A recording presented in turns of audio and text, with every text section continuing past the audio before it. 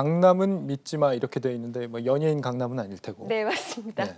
네, 집값 상승의 진원지하면 강남을 꼽을 수가 있는데요.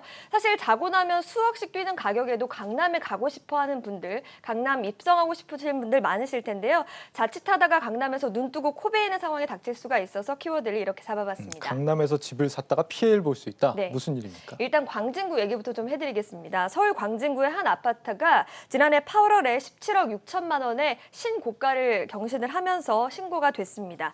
두 달 전 거래가보다 2억 6천만 원이 높은 가격이었는데요. 이후에 그해 12월 말에 17억 8천만 원에 또 거래가 됐습니다. 그러니까 이전 거래 가격보다 2천만 원이 더 높았던 거래 가격이죠. 그런데 문제는 여기서 발생을 합니다. 그 이전 8월 거래가 돌연 취소가 되면서 이게 호가를 띄우기 위한 허위 거래가 아니었냐 이런 지적이 나오게 되는 거죠. 이로 인해서 이 거래가를 시세로 받아들인 사람들이 이 높은 가격에 집을 살 수밖에 없었던 상황입니다. 광진구는 물론이고 강남에서 특히 이런 사례들이 굉장히 많다고 합니다. 네, 광진구도 뭐 강남은 아니지만 강남에 근접해 있긴 하죠. 네. 실거래가 취소 때문에 이게 뭐 일종의 뭐 시세 조작이다 뭐 이런 얘기도 나오고 있는데 이것 때문에 다른 어떤 피해자들이 양산되고 있는 이런 실태라고 할 수 있겠네요. 네, 실제로 굉장히 피해자가 많은 것 같은데요. 천준호 더불어민주당 의원실에 따르면 이런 식으로 취소된 거래가 신고가 거래였던 사례가 서울에서 특히 많았고요. 서초구와 강남구에서 집중적으로 좀 조사가 됐습니다. 계약을 취소하게 되면 보통 신고를 하게 돼 있지 않습니까? 네, 지난해부터 맞습니다. 바뀌었잖아요. 네, 그렇게. 일단 부동산 계약을 하면 말씀하신 대로 국토부가 운영하는 실거래가 신고 시스템에 좀 공개 시스템에 올려야 되는데요. 문제는 거래가 취소돼도 이거를 소비자가 알 방법이 없다는 데 있습니다.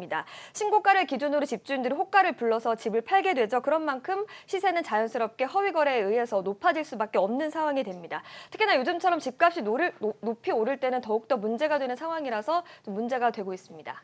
취소 신고 자체는 의무적으로 하게 돼 있는데 신고를 해도 일반인들이 그걸 알기가 어렵다라는 게 문제라는 거네요. 네. 적발되면은 처벌을 좀 강하게 물어야 된다 이런 지적도 있을 것 같은데. 네, 허위 신고가 적발이 되면 과태료 3천만 원이 부과가 되는 게 전부인데 사실 저한테는 큰 돈이지만 강남에 집 가지고 계신 분들에게는 큰 돈이 아닐 수도 있죠. 네. 지난해 개정된 법에서는 해지가 확정된 날부터 30일 이내에 신고가 돼야 된다 이렇게 좀 의무적으로 규정을 하고 있지만 거래 당사자가 만약에 11개월 후에 해지 사유가 발생했다고 하면 1년 이상을 좀 신고하지 않은 채로 둬도 되는 셈입니다. 또 해지 신고를 하지 않아도 등기 확인 등의 사후 시스템이 없어서 가려내기가 굉장히 힘든 상황입니다. 취소 신고가 법적으로 의무화되기는 했는데 뭐 검증 절차가 좀 부실하다 이런 얘기로 들리네요. 선의의 피해자까지 나타난다고 하면 굉장히 좀 문제가 아닌가 싶은 생각이 드는데 이 적은 돈도 아니고 막 같은 집을 수억씩 차이를 내고 사는 거지 않습니까? 네, 맞습니다. 예. 뭐 다 이런 경우가 뭐 허위 거래였다고 볼 수는 없겠죠. 뭐 단순 변심도 있었을 거고 뭐 정보가 잘못돼서 수정되는 조치들도 있었겠지만 네. 서울 등 집값이 좀 뛰는 지역에서 이런 사례가 많이 발견되는 만큼 좀 의심을 거두기도 어려운 상황이라고 볼 수가 있겠습니다. 이럴 경우에 특히나 내 집 마련이 어려운 무주택자들이 피해를 볼 수가 있는데 이로 인해서 국토부가 3개월 동안 좀 집중적으로 관련한 단속에 나선다고 하니까 좀 지켜봐야 될 것 같습니다.